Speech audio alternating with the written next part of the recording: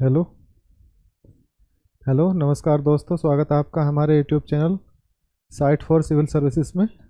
और मैं सुधीर मोतला फिर से एक बार हम पॉलिटी की क्लास लेकर आगे आए हैं और आज हम संविधान की विशेषताओं के बारे में पढ़ेंगे।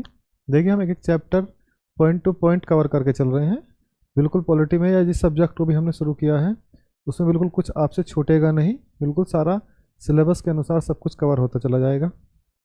आइए पॉलिटी की अगली क्लास में आज डिस्कस करेंगे संविधान की विशेषताएं, feature of the Indian constitutions.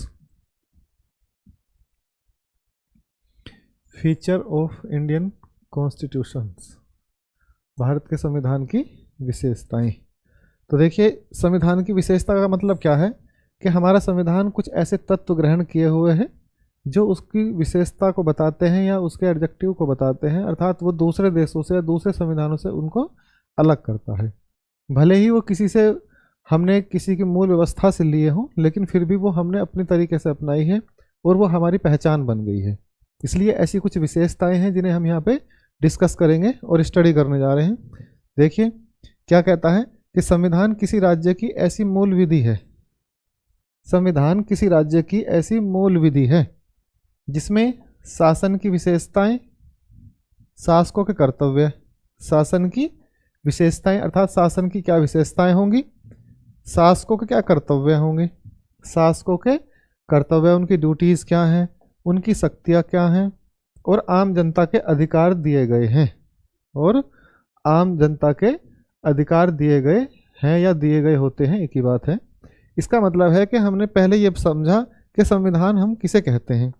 संविधान किसी राज्य की मूल विधि होती है जिसमें शासन की विशेषता और शासकों के अधिकार, लोगों के अधिकार और उनके कर्तव्य और शासकों के कर्तव्य निहित होते हैं या एक लिपिबद्ध तरीके से रख दिए जाते हैं। ठीक है, सामान्यतः संविधानों को लिपिबद्ध किया जाता है और कुछ ऐसे संविधान हैं जो एक सिस्टमेटिकल वे में बनाकर रख दिए गए हैं, उसमें हर चीज़ डिफाइन की गई है। ऐसे संविधानों को लिखित कहते हैं।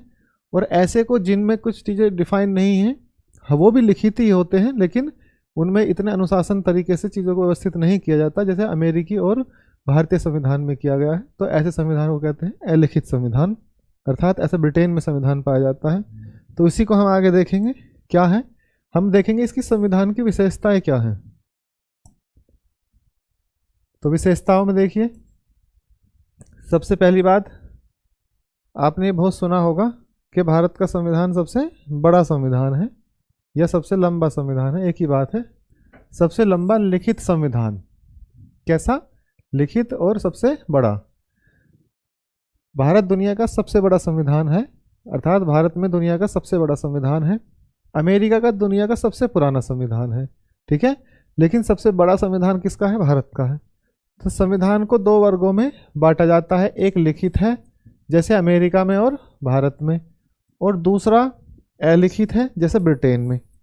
अब इसका अलिखित का मतलब ये नहीं है कि उसमें कुछ लिखा नहीं गया है, वो भी लिखित ही होता है, बस उसमें हर चीज़ें डिफाइन नहीं की गई जिस तरीके से भारत में एक सिस्टमेटिकल वे में सबको लिपिबद्ध करके योजनाओं के तरीके से स्थापित किया गया है। ठीक है, भारत का संविधान विश्व का सबसे लंबा संविधान है। लंबे का मतलब है विस्तृत, सबसे बड़ा है। ठीक है, तो भारत के संविधान का इतना विस्तृत होने का कारण क्या है? देखिए, जैसे भौगोलिक विस्तार, भारत का जो भौगोलिक विस्तार है उसे आप देखेंगे तो मैं देखो आपको बता दूं कि ऊपर ये आपका दक्षिण भारत है और यहाँ ऐसे ये, ठीक है, ऐसे सामान्य देख लीजिए, ये भौगोलिक बनाया है मैंने। ठीक है, तो यहाँ उत्तर में क्या है? आपका बिल्कुल सियाचिन है। ठीक है, दक्षिण में आपका कन्याकुमारी यानी श्रीलंका के आसपास का क्षेत्र है। ठीक है, तो ऊपर सियाचिन यानी कि चाइना से लेकर श्रीलंका तक देखिए एनवायरनमेंट में कितना अंतर हो जाता है, ज्योग्राफिकल कंडीशन कितनी चेंज होती है। और पश्चिम में गुजरात से लेकर यानी कि पाकिस्तान से लगा हुआ है, और पूरब में फिर इसका म्यांमार और चाइना से लगा हुआ है। तो इतना जो भौगोलिक विस्तार है इसका, ये लगभग 3000 किलोमीटर का तो इस तरीके से विस्तार बहुत ज़्यादा होने की वजह से, भौगोलिक विस्तार अधिक होने की वजह से विविधता बहुत ज़्यादा आ जाती है। और ये भौगोलिक विविधता के साथ साथ ये सोशल और कल्चरल विविधता भी है। कैसी? सोशल प्लस कल्चरल, यानी कि सामाजिक और सांस्कृतिक विविधता भी बहुत ज़्यादा मिलेगी भारतीय सिस्टम में देखने को। कैसे? जो पश्चिम के लोग हैं उनकी कल्चर, उनका सोशल अलग है। जो पूरब के लोग हैं उनकी कल्चर और उनकी सोशल अलग है। उत्तर के लोगों का दक्षिण के लोगों से कोई मिलान ही नहीं है। ठीक है, केवल एक पहचान है, नेशनलिटी कहते हैं जिसको, भारतीयता। इसके अलावा इनका कुछ नहीं मिलता। इन यहाँ से और यहाँ से, यहाँ से और यहाँ से, यहाँ तक कि नस्लें भी अलग हैं, क्षेत्र अलग हैं, भौगोलिक विविधता है, सांस्कृतिक है, कल्चरल है, रहने खाने के ढंग अलग हैं बिल्कुल, धार्मिक मान्यताएं भी बहुत ज़्यादा चेंज हो जाती हैं। तो इसलिए इतनी अधिक विविधता और इतना अधिक विस्तार होने की वजह से भारतीय संविधान में बिल्कुल हर चीज़ को लिपिबद्ध करके और अच्छे से व्याख्यायित करके लिखा गया है, इसलिए ये बहुत ज़्यादा विस्तृत हो जाता है। दूसरा, 1935 का अधिनियम का प्रभाव। देखिए 1935 का जो अधिनियम आया था वो बहुत बड़ा अधिनियम था। उसमें बहुत सारे जो एक्ट वगैरह और कानून बनाए गए थे, तो उसका ज़्यादा प्रभाव पड़ता है भारत के संविधान पे, तो इसलिए भी ये बड़ा हो जाता है। तीसरा, पूरे देश के लिए जम्मू एंड कश्मीर को छोड़कर एकल संविधान। इसका मतलब क्या है? देखो जैसे अमेरिका में है, अमेरिका में हर राज्य का अलग संविधान है अपना, सेंटर के लिए अलग काम करता है, राज्यों के अपने अलग संविधान लिखे गए हैं। लेकिन भारत में पूरे राज्य का, यानी राज्य का मतलब पूरे भारत का एक ही संविधान है, जिसे कहते हैं एकल संविधान।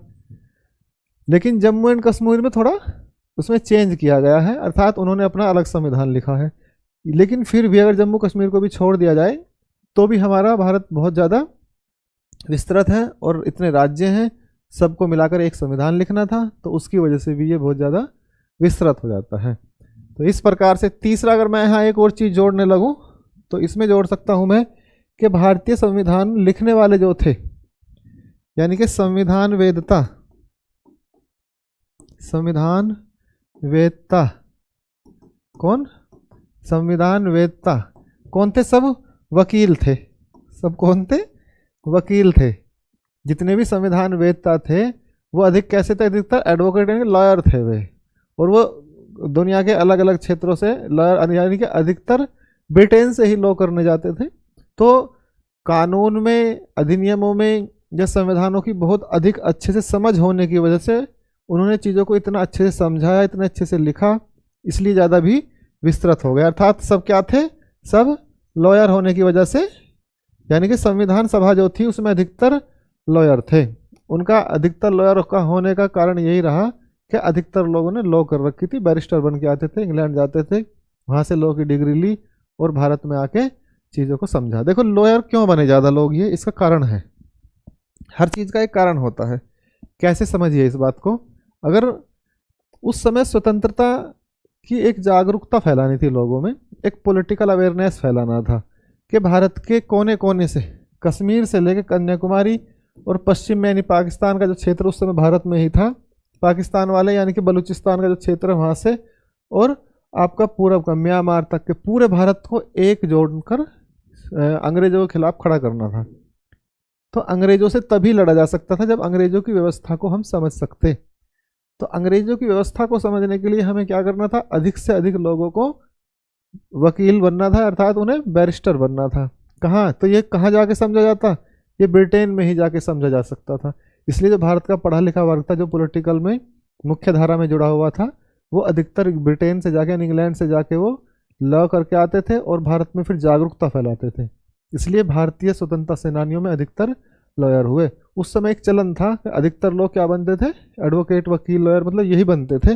जैसे कभी इंजीनियरिंग का चलन चला था, सभी लोग इंजीनियरिंग करते थे, फिर ऐसे उस समय क्या होता था?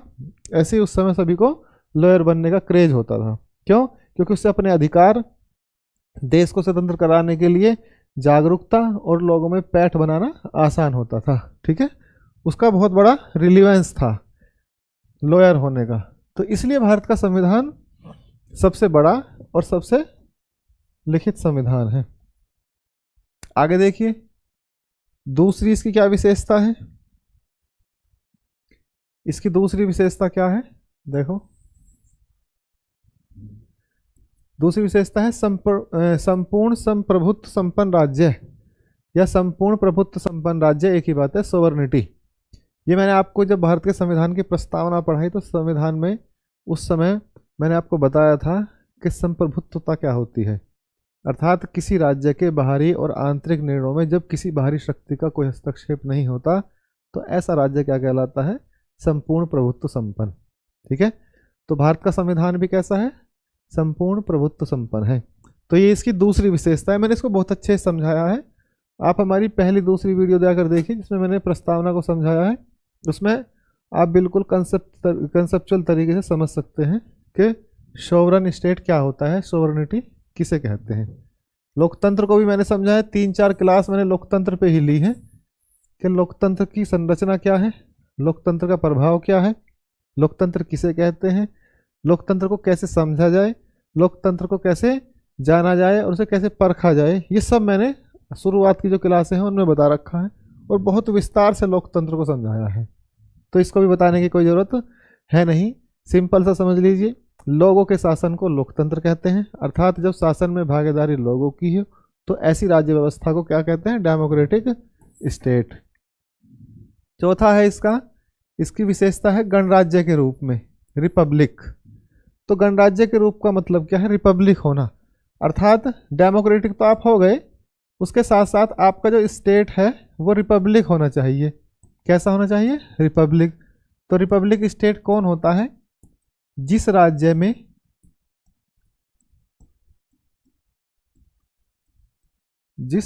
में प्रमुख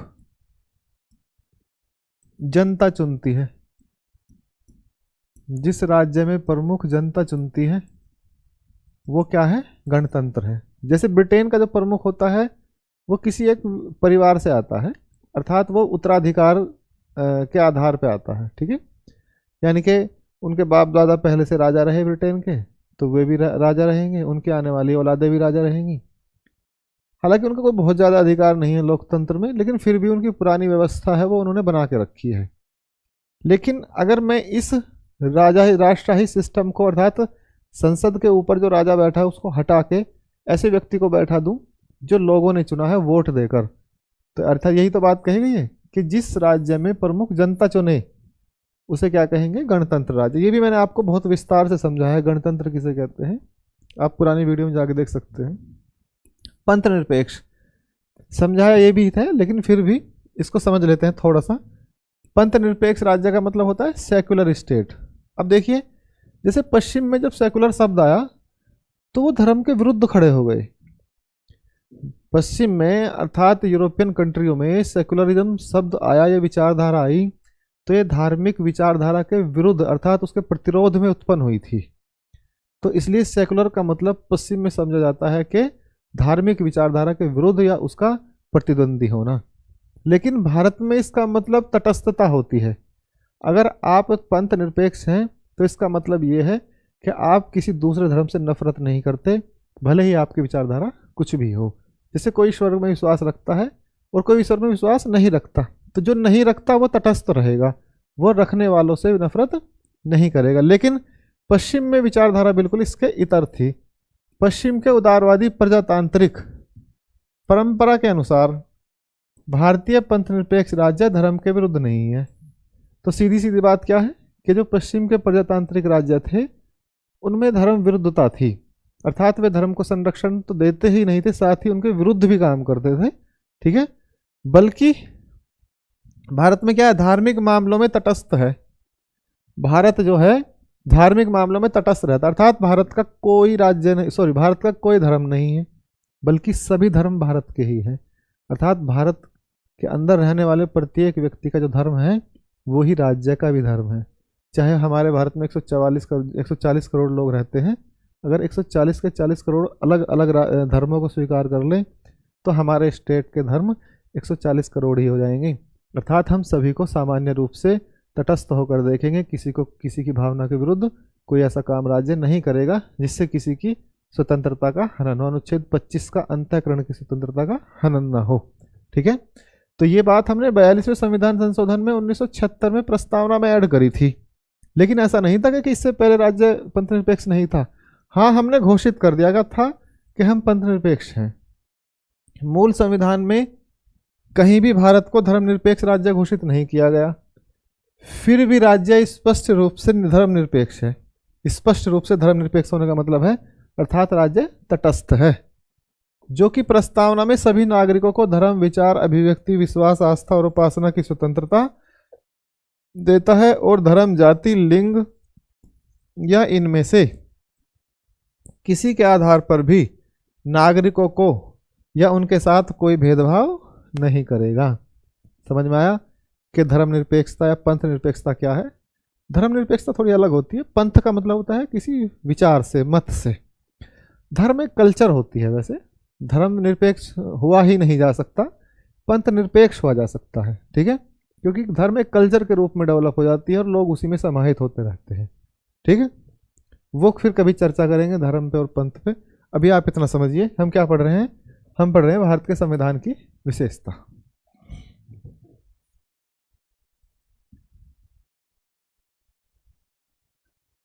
अब आगे देखिए, इसमें अगला क्या है, क्या कहता है? कठोर और लचीला संविधान। बिल्कुल स्पष्ट रूप से कहा गया है कैसा संविधान है, कठोर और लचीला। देखिए हमारा संविधान कैसा है? कठोर भी है और लचीला है। हम इसे ऐसा भी कह सकते हैं कि ना कठोर है और ना लचीला है। देखिए समझिए, फ्लेक्सिबल भी है और कैसा है, रिजिड भी है। दोनों ही इसमें व्यवस्थाएं हो सकती हैं, रिजिड भी है और फ्लेक्सिबल भी है। देखो भारतीय संविधान न तो अत्यधिक कठोर है और न ही अत्यधिक लचीला है। देखिए कठोर संविधान वह है जिसमें संशोधन के लिए विशेष प्रक्रिया की आवश्यकता होती है। संशोधन के लिए मतलब देखो, कठोर वही तो होगा जिसमें संशोधन नहीं कर सकते। जैसे मान लिया तो कठोर ऐसा तो नहीं कि पत्थर है उसको तोड़ने में कठोरता है, नहीं। इसका मतलब यह है कि जब हम उसमें बदलाव करने जाएं तो उसमें नाको चने चब जाएं। जैसे अमेरिका का संविधान है, उसमें हर संविधान संशोधन के लिए बहुत ही विशेष मत की आवश्यकता होती है और ये बड़ा मुश्किल होता है कि दोनों ही सदनों में विशेष मत हो जाए। तो इसलिए भारत में एक ऐसे बीच का रास्ता निकाला है जो कुछ विशेष मुद्दों पर आपको विशेष मत चाहिएगा, कुछ विशेष मुद्दों पर आपको सामान्य बहुमत चाहिएगा। तो हम सामान्य बहुमत से भी संशोधन कर देते हैं और हम विशेष बहुमत से भी संशोधन करते हैं। तो इसलिए भारत का संविधान कैसा है? लचीला भी है और कठोर भी है। ना लचीला है और ना कठोर है, दोनों एक ही बात है, ठीक है। जैसे ब्रिटेन का संविधान है, वहाँ पे संविधान संशोधन करना बहुत आसान है, वो बहुत लचीला है, इसलिए उसे क्या कहेंगे? वो बहुत लचीला संविधान है। लेकिन जैसे अमेरिकी संविधान, लचीला संविधान वह कहलाता है जिसमें संशोधन की प्रक्रिया सामान्य यानी आम कानूनों के लिए होती है, वैसी ही जैसे ब्रिटेन का संविधान है। तो वही बात जो मैंने बताई कि ब्रिटेन का संविधान बहुत लचीला है, सामान्य रूप से उसमें संशोधन हो सकता है, संसद संप्रभु है, अर्थात संसद जो चाहे वो कर सकती है। लेकिन भारत में संसद संप्रभु नहीं है, उसे हम देखेंगे आगे। भारत में संसद की संप्रभुता पर कौन रोक लगाता है? अगर क्वेश्चन बने मेंस में, अगर क्वेश्चन बन जाए कि क्या भारत की संसद संप्रभु है, तो फिर आप उस संप्रभुता को छोड़ दीजिए जो राज्य संप्रभुता है। फिर आपको देखना है संप्रभु का मतलब है कि संसद के निर्णयों में कोई हस्तक्षेप करता है, नहीं करता है? करता है। कौन करता है? न्यायपालिका करती है। राष्ट्रपति वीटो पावर से उसे रद्द कर सकता है, ठीक है। तो ये इस तरीके की चीजें क्या है, संप्रभुता को में कटौती करती है। उसको अभी पढ़ते हैं, देखिए आगे विभिन्न स्रोत। अगली विशेषता क्या है? 7 विभिन्न स्रोत। विभिन्न स्रोत मैंने क्या, इसका पूरा एक चैप्टर है, मैंने आपको कई क्लासों में पढ़ाया है कि भारत के संविधान के स्रोत क्या हैं, अमेरिका से क्या लिया है। भाई यही तो स्रोत का मतलब यही तो है विभिन्न स्रोत का, कि अमेरिका से क्या लिया है, ब्रिटेन से क्या लिया है, ब्रिटेन से क्या लिया है, ऑस्ट्रेलिया से क्या लिया है, जापान से क्या लिया है, साउथ अफ्रीका से क्या लिया है, इस तरीके से आयरलैंड से क्या लिया है हमने। तो इस तरीके के विभिन्न सोर्स है। तो ये भी इसकी एक विशेषता ही है कि हमने किसी की नकल नहीं करी। हमने क्या करा है? हमने चीज़ों को देखा, परखा, समझा, दुनिया के देशों का अध्ययन किया और फिर उसे अपने तरीके से ढाला, अर्थात एक नया यूनिक संविधान निकल के आया। ये भी इसकी विशेषता है। 8वां संसदीय प्रणाली। संसदीय प्रणाली का मतलब है भारत में शासन व्यवस्था में कैसी प्रणाली अपनाई गई है? संसदीय। अब देखिए संसदीय क्या है, ये मैंने आपको समझाई है, लेकिन फिर भी एक बार बता देता हूँ। संसदीय प्रणाली में कार्यपालिका विधायिका के प्रति उत्तरदायी होती है। कार्यपालिका जो होती है विधायिका के प्रति उत्तरदायी होती है। यहाँ बता देता हूँ आपको, ये कॉन्स्टिट्यूशन है, ये है आपका कॉन्स्टिट्यूशन, या मैं यहाँ राज्य भी लिख सकता हूँ, एक ही बात है, या इसे सरकार लिख सकता हूँ मैं, ठीक है। अब इस सरकार के 3 अंग हैं, एक विधायिका कह सकते हैं, व्यवस्थापिका कह सकते हैं, विधायिका। दूसरा है आपका कार्यपालिका, दूसरा क्या है आपका? कार्यपालिका। और तीसरा आपको पता ही है, तीसरा है आपका न्यायपालिका, तीसरा है आपका न्यायपालिका, ठीक है। 3 पार्ट हैं। जिन राज्यों में या जिस लोकतांत्रिक व्यवस्था में संसदीय प्रणाली होती है, उसमें देखो क्या होता है, कार्यपालिका और विधायिका के बीच एक कोरिलेशन पाया जाता है, अंतर संबंध पाया जाता है। वो अंतर संबंध देखिए कैसा होता है कि जो आपकी विधायिका है इसके 2 पार्ट हैं, कौन कौन से हैं? लोकसभा है और राज्यसभा है। तो भारत में डायरेक्ट चुनाव यानी कि लोकसभा को लोग चुनते हैं और राज्यसभा राज्यों के द्वारा चुनी जाती है। तो लोकसभा के मेंबर कार्यपालिका का निर्माण करते हैं, अर्थात सरकार बनाते हैं। क्या बनाते हैं? मंत्रिपरिषद का निर्माण करते हैं। मंत्रिपरिषद, ये लोग क्या करते हैं? मंत्रिपरिषद का निर्माण करते हैं। अर्थात भारत में मंत्रिपरिषदीय सिस्टम है। तो ये कहाँ से आए? विधायिका से आए। तो ये मंत्रिपरिषद कब तक काम करेगी? जब तक इसे लोकसभा में बहुमत होगा, अर्थात जब तक विधायिका में कार्यपालिका को विश्वास मत प्राप्त होगा तभी तक वो सरकार में बनी रहेगी, अन्यथा वो सरकार गिर सकती है या गिर जाएगी, एक ही बात है, या वो सरकार में नहीं रहेगी। इसका अभी हम कोई बात नहीं कर रहे हैं। हमने क्या बात कही कि संसदीय प्रणाली किसे कहते हैं, ठीक है। विधायिका, यही तो बात कही गई है कि कार्यपालिका विधायिका, ये कार्यपालिका है, ये इसके प्रति उत्तरदायी है, तो प्रति उत्तरदायी होती है। इसका विश्वास को देने पर यह कायम नहीं रहे, यानी कि यह विश्वास अगर खो दे, ये विश्वास खोने का मतलब है कि यहाँ इसको विश्वास मत प्राप्त ना हो, अर्थात यहाँ पे ये अपना बहुमत सिद्ध ना कर पाए, तो ये क्या हो जाती है? सरकार समाप्त हो सकती है। हालांकि भारतीय संसदीय प्रणाली बड़े पैमाने पर ब्रिटिश संसदीय प्रणाली पर आधारित है। बिल्कुल सही बात है। हमने जो ब्रिटेन की जो संसदीय प्रणाली थी वहीं से तो अपनी संसदीय प्रणाली ली, लेकिन फिर भी दोनों में अंतर है। देखिए क्या अंतर है। जैसे उदाहरण के लिए ब्रिटिश संसद की तरह भारतीय संसद संप्रभु नहीं है, अर्थात ब्रिटिश संसद ने अगर कोई कानून बना दिया तो फिर उसे क्या, फिर उसके ना तो वहाँ का राजा और ना ही वहाँ की न्यायपालिका उसे रद्द करेगी, तो इसलिए वो संप्रभु है। उसके अलावा भारत का प्रधान निर्वाचित व्यक्ति होता है और गणतंत्र है, जबकि ब्रिटेन कैसा है? उत्तराधिकारी व्यवस्था है। ब्रिटेन में कैसी व्यवस्था है? उत्तराधिकारी। भारत कैसा है? गणतंत्र है। और भारत की जो व्यवस्थापिका है या संसद है वो कैसी है? वो संप्रभु नहीं है। इसलिए हमने अपने तरीके से चीज़ों को अपने अनुसार ढाला है, ना कि हम ब्रिटेन की हूबहू नकल है, ठीक है। तो एक ही संसदीय व्यवस्था भी हमारी प्रणाली, इसकी विशेषता आ जाती है। आगे देखिए,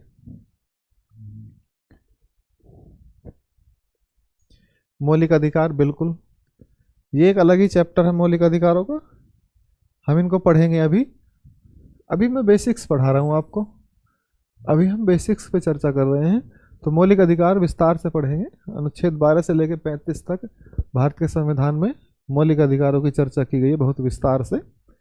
तो ये भी एक विशेषता है कि भारत के संविधान में मौलिक अधिकार क्या है, बिल्कुल एक एक अधिकार को लिखा हुआ है, ठीक है, क्योंकि विधि द्वारा स्थापित प्रक्रिया है, विधि की नियत प्रक्रिया नहीं है, ठीक है। तो मौलिक अधिकार है, फंडामेंटल राइट्स कहते हैं इन्हें।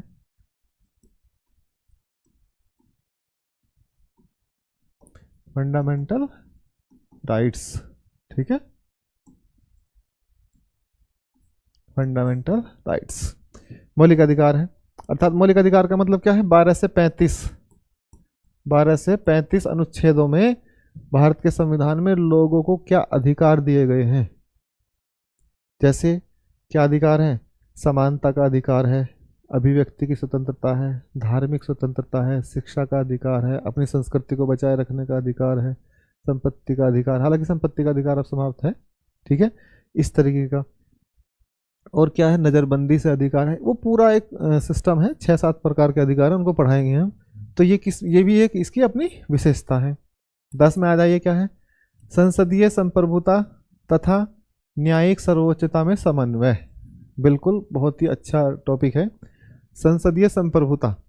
देखो, संप्रभुता का मतलब क्या है, मैंने भी बताया कि भारत की संसद संप्रभु नहीं है, तो यही तो बात कही है कि संसदीय संप्रभुता बनती है और न्यायिक सर्वोच्चता के बीच एक समन्वय स्थापित किया है।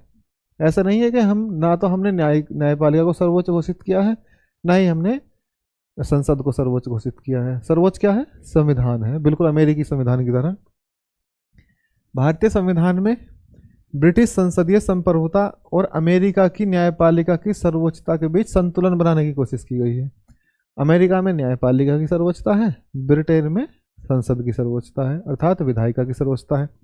और भारत में इन दोनों के बीच संतुलन बना के अपनी व्यवस्था बनाई है। कैसे? जहां सर्वोच्च न्यायालय न्यायिक समीक्षा की शक्ति रखता है। इसका मतलब क्या है, न्यायिक समीक्षा अर्थात संसद कोई कानून बनाती है तो न्यायिक समीक्षा के आधार पर सर्वोच्च न्यायालय उस पर रोक लगा सकता है। वहीं संसदीय कानून को असंवैधानिक घोषित करके उसे खत्म कर सकता है कौन, न्यायालय।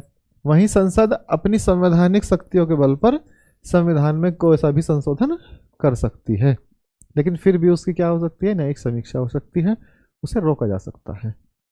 तो इसमें क्या है, हमने संतुलन बनाया है। हम संतुलन, भारत बिल्कुल वही महात्मा बुद्ध के नियम पे चलता है, हमारा संविधान भी ऐसा ही है, संतुलन का नियम है, तभी तो इतने दिन तक टिका हुआ है। अब देखिए 11, नीति के निर्देशक तत्व, डीपीएसपी कहते हैं आप, DPSP directive principle of state policy. ये क्या है, राज्य के पथ है। ये क्या है, राज्य के पथ, अर्थात राज्य किन पथ पे काम करेगा वे नीति निर्देशक तत्व है। और लोगों को क्या अधिकार दिए गए हैं, वे क्या है, फंडामेंटल राइट्स हैं। तो ये भी आपके अनुच्छेद 35 से लेकर और 51 तक है, ठीक है ना। तो इसमें दिया गया है उससे 36 से लेकर और 51 तक है, और इसमें बताया गया है कि राज्य के क्या पथ हैं, उन पे काम करेंगे। ये बिल्कुल अलग चैप्टर है, इसको विस्तार से पढ़ेंगे, ठीक है। जैसे न्याय, काम की न्याय संगत दशा, लोगों के लिए शिक्षा के लिए काम करेगी सरकार, रोजगार के लिए काम करेगी, ठीक है, संसाधनों को सबके हित में प्रयोग करेगी, राज्य कल्याणकारी होगा। ये सब क्या है, नीति निर्देशक तत्व हैं। कार्यपालिका का न्यायपालिका से पृथक्करण होगा, अपने एनवायरनमेंट को और अपनी जो हमारी जो विरासत है उन्हें संजो कर रखेंगे। हालांकि ये मौलिक कर्तव्य भी है, लेकिन किस में भी है, ये नीति निर्देशक तत्व में भी है, ठीक है, डीपीएसपी में भी है।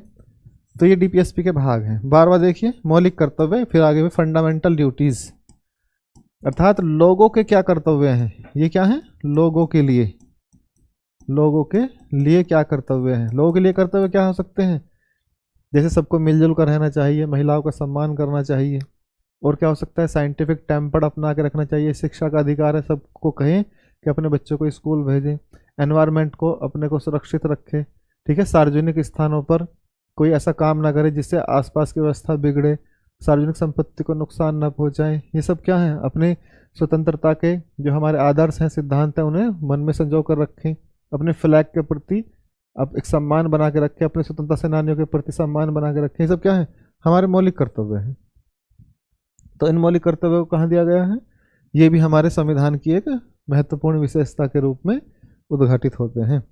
13वां देखिए, सार्वभौमिक वयस्क मताधिकार, सार्वभौमिक यूनिवर्सल वोटिंग राइट्स कहते हैं इसे। सार्वभौमिक वयस्क मताधिकार का मतलब है कि सभी को मतदान का अधिकार हो। अब देखिए, जब भारत का संविधान लागू हुआ था तो उसमें मतदान का अधिकार में 21 वर्ष की गई थी आयु, कि प्रत्येक व्यक्ति जो 21 वर्ष पूरी कर चुका है वो संसद के और विधानसभाओं के चुनाव में वोट डाल सकता है, ठीक। लेकिन क्या हुआ, 1989 में एक संशोधन हुआ, ठीक है, मतलब इस 1989 में लागू हुआ वो संशोधन अधिनियम आया 1988 में। कौन सा है, ये रहा संविधान संशोधन अधिनियम। कौन सा, 61वां संविधान संशोधन अधिनियम। कौन सा है ये, 61वां अमेंडमेंट एक्ट। इसमें क्या कहा गया कि इस 21 वर्ष की आयु को घटाकर क्या कर दिया गया, 18 वर्ष कर दिया गया, तो अब कोई भी व्यक्ति जो 18 वर्ष की उम्र पूरी कर चुका है या 18 वर्ष की उम्र में है, वो भारत के संसद और विधानसभाओं में वोट डालने के लिए एलिजिबल होता है। उसे किसी भी आधार पर, यानी कि धर्म, जाति, लिंग, साक्षरता, संपदा इत्यादि किसी आधार पर उसे नहीं रोक सकते। ठीक है, यह आपका यूनिवर्सल राइट्स कहते हैं इसे। अब देखिए आगे 14 क्या कहता है।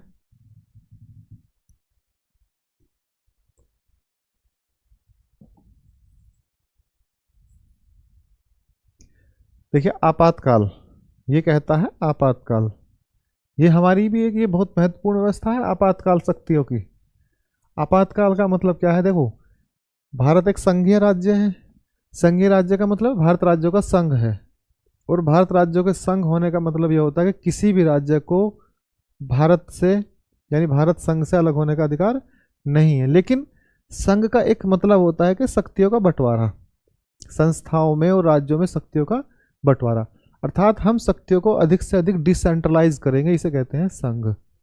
लेकिन जब अनुच्छेद 352, अनुच्छेद 356 और अनुच्छेद 360 ये आपातकालीन ऐसी शक्तियां हैं जो किसी विपरीत परिस्थिति में सरकार ने लागू करके वो पूरे देश के सभी राज्यों के सारे अधिकार अपने नियंत्रण में ले लेती है। तो ये संघीय व्यवस्था पर एक चोट हो सकती है। ठीक है, इसलिए सेंटर और स्टेट के जब रिलेशन पढ़ते हैं तो उनमें ये अनुच्छेद बहुत महत्वपूर्ण हो जाते हैं। लेकिन ये भी एक विशेष प्रकार की व्यवस्था है भारत में। ठीक है, आपातकाल के दौरान देश की पूरी सत्ता केंद्र के हाथों में आ जाती है और राज्य केंद्र के नियंत्रण में चले जाते हैं, अर्थात संघीय ढांचा किस में बदल जाता है, एकात्मक में। संघ यानी कि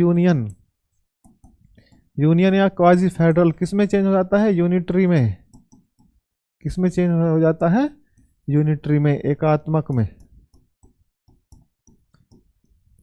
ठीक है, तो एकात्मक में चेंज हो जाता है।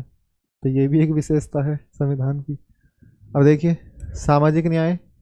सामाजिक न्याय की स्थापना का मतलब सिंपल है, सामाजिक न्याय वही है आपका लोगों को सम्मान देना, अधिक से अधिक लोगों तक संसाधन पहुंचाना, और क्या सम्मान का समान अधिकार, ये सब क्या है, सामाजिक न्याय की स्थापना करना। ये भी हमारे संविधान का एक मूल विशेषता है।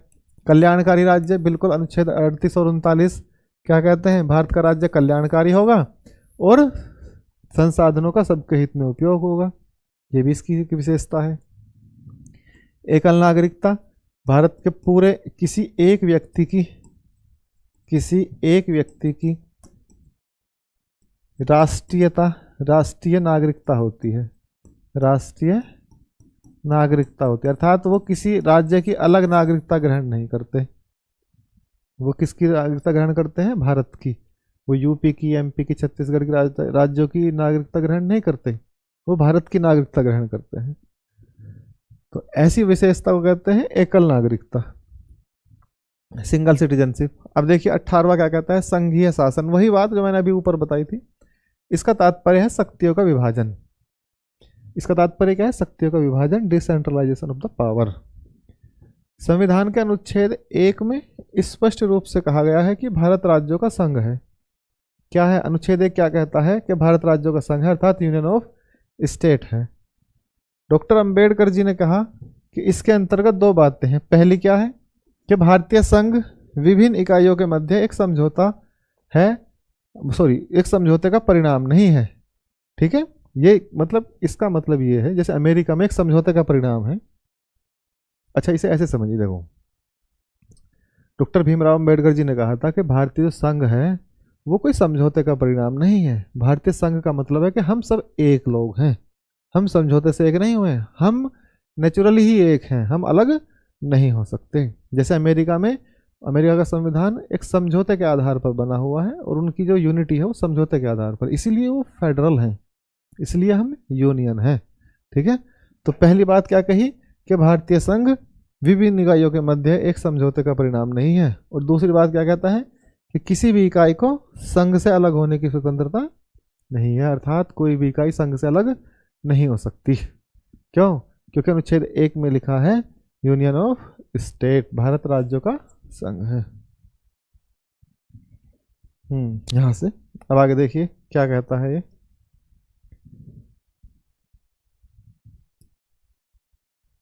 एक स्लाइड बची है बस, इसको अच्छे से समझ लीजिए।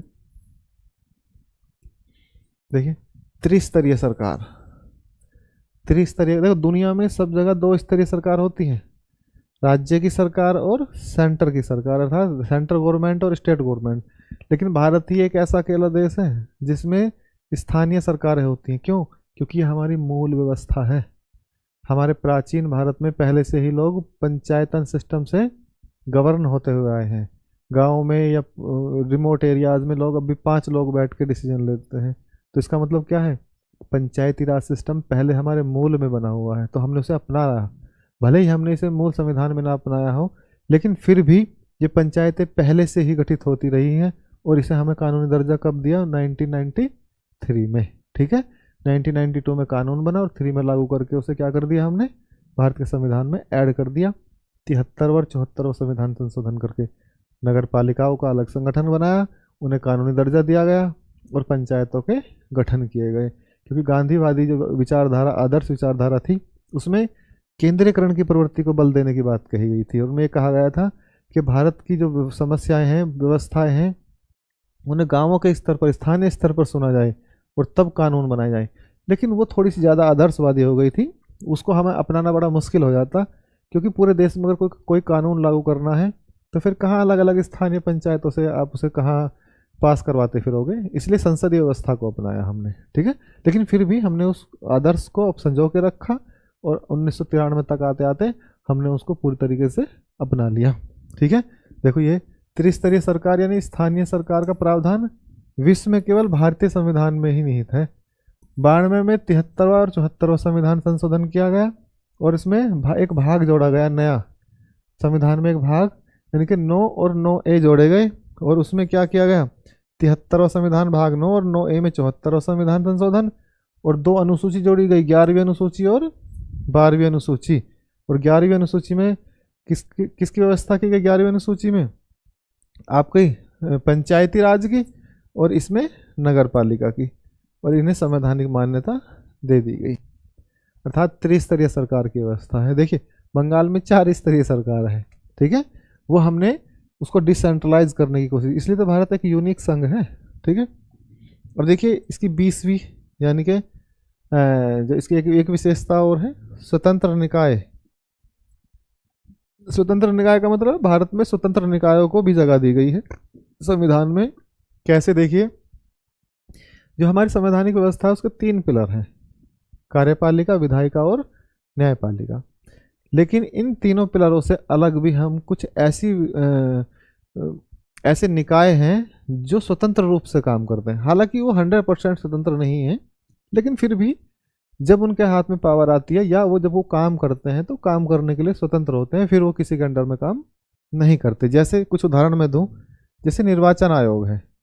निर्वाचन आयोग जब सरकार चुनाव कराएगी, जब सरकार का कार्यकाल पूरा हो जाता है, विधानसभाओं का और आपकी संसद का कार्यकाल पूरा हो जाता है और नए चुनाव होते हैं, तो उस समय जब सरकार केयर टेकर गवर्नमेंट के रूप में आ जाती है, तो और जिस दिन चुनाव की घोषणा हो जाती है उस दिन के बाद से सारी पावर चुनाव आयोग के हाथ में आ जाती है और वो स्वतंत्र रूप से काम करता है, वो किसी के अंडर में काम नहीं करता। अब देखिए वो कितना ईमानदारी से काम करता है ये डिपेंड करता है उस चुनाव आयुक्त पे। लेकिन संस्था स्वतंत्र ही, अगर ये चाहे तो निष्पक्ष चुनाव करा सकती है। ये मुद्दे उठते रहे हैं भारत में हमेशा से कि चुनाव निष्पक्ष नहीं हो रहे हैं, चुनाव में कोई समस्या पैदा हो जाती है, बूथ कैप्चरिंग हो जाती है, या चुनाव आयोग के साथ मिलकर कुछ गड़बड़ हो सकती है। लेकिन फिर भी हमने इस व्यवस्था को अपनाया है कि हम निष्पक्ष चुनाव करा सकें। ये भ्रष्टाचार की जो सिस्टम में घुसा हुआ है, ये एक सिस्टमेटिकल प्रॉब्लम है, ये हमारी संवैधानिक प्रॉब्लम नहीं है। ठीक है, तो ये एक निर्वाचन आयोग क्या है? ये भी एक स्वतंत्र निकाय है। नियंत्रक और महालेखा परीक्षक, नियंत्रक और महालेखा परीक्षक ये क्या है? इसे कहते हैं कैग, कंट्रोलर एडिटर जनरल। ये भारत के लोगों के अकाउंट का संरक्षक होता है, अर्थात जितना भी पैसा भारत की निधि में जाता है सबको ये देखता है, निगरानी करता है कि किसी पैसे का सरकार गलत उपयोग तो नहीं कर रही, सरकार ने कहीं घाटा तो नहीं खा लिया, कहीं कमीशन तो नहीं खा गई किसी पूंजीपति के साथ मिलकर, ऐसा तो नहीं है कि सरकार को घाटा हो गया, अर्थात लोगों को तो घाटा नहीं हो गया, इस तरीके का।